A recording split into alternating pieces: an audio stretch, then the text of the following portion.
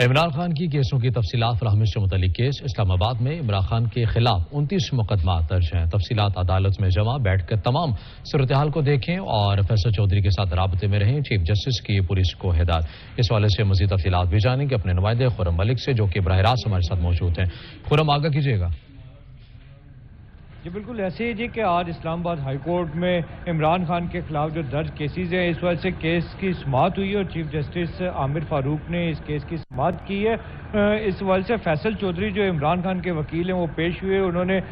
گزشتہ سماعت پہ یہ استدعا کی تھی کہ ہمیں عمران خان کے خلاف جو اسلام آباد میں مقدمات درج کیے گئے ہیں ان کی تفصیلات فراہم کی جائیں، کیونکہ جب ہم پولیس سے تفصیلات مانگتے ہیں تو ہمیں وہ تفصیلات دینے سے انکاری ہیں۔ تو اس وجہ سے اسلام آباد ہائی کورٹ میں درخواست دائر کی گئی تھی۔ تو آج اسلام آباد پولیس کی جانب سے یہاں پہ ریکارڈ جمع کرایا گیا، جس کے مطابق مجموعی طور پہ 29 مقدمات جو ہیں وہ عمران خان کے خلاف درج کیے گئے ہیں۔ 28 مقدمات اسلام آباد پولیس نے درج کیے ہیں، جبکہ ایک مقدمہ ایف آئی اے نے عمران خان کے خلاف درج کیا گیا، اور جو ایف آئی اے نے مقدمہ درج کیا ہے وہ فارن ایکسچینج ایکٹ کے تحت عمران خان کے خلاف مقدمہ درج کیا گیا تھا، جبکہ 28 مقدموں کا جو ریکارڈ اسلام آباد ہائی کورٹ میں پیش کیا گیا ان کے مطابق 7 مقدمات جو ہیں وہ زیر تفتیش ہے، تفتیشی مراحل میں ہے، جبکہ ایک مقدمے کو خارج کر دیا گیا، جبکہ 20 مقدمات کے متعلق رپورٹ میں بتایا گیا کہ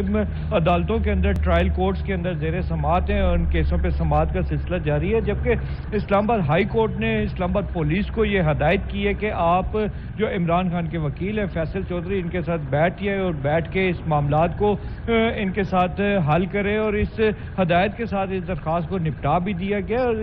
جبکہ دوسری طرف آپ کو یہی بتائیں کہ وزیر داخلہ رانا ثناء اللہ کی بھی بیان کے اوپر پاکستان تحریک انصاف کی جانب سے ایک اسلام آباد ہائی کورٹ میں درخواست دائر کی گئی تھی، جس میں کہا گیا تھا، استدعا کی گئی تھی کہ رانا ثناء اللہ جو کہ وفاقی وزیر داخلہ ہے اور وہ دھمکی امیز بیانات کا سلسلہ جاری کیے ہوئے انہوں نے، اور جس کی وجہ سے عمران خان کی جان کو نہ صرف خطرہ ہے، شدید زندگی کے خطرات ان کو لاحق ہو چکے ہیں۔ جبکہ درخواست میں یہ بھی کہا گیا تھا کہ جو وزیر داخلہ ہے وہ پاکستان کے جو وزیر اعظم شہباز شریف ان کی، اور جو پاکستان مسلم لیگ نون کی نائب صدر ہے مریم نواز، ان کے کہنے کے اوپر، ان کی ایما کے اوپر یہ دھمکیوں کا سلسلہ جاری ہے، اور جس کی وجہ سے زندگی کو شدید خطرات کا سلسلہ جو ہے وہ شروع ہو چکا ہے، خطرات لاحق ہے، اور اس وجہ سے اسلام آباد ہائی کورٹ۔ بہت شکریہ خرم ملک۔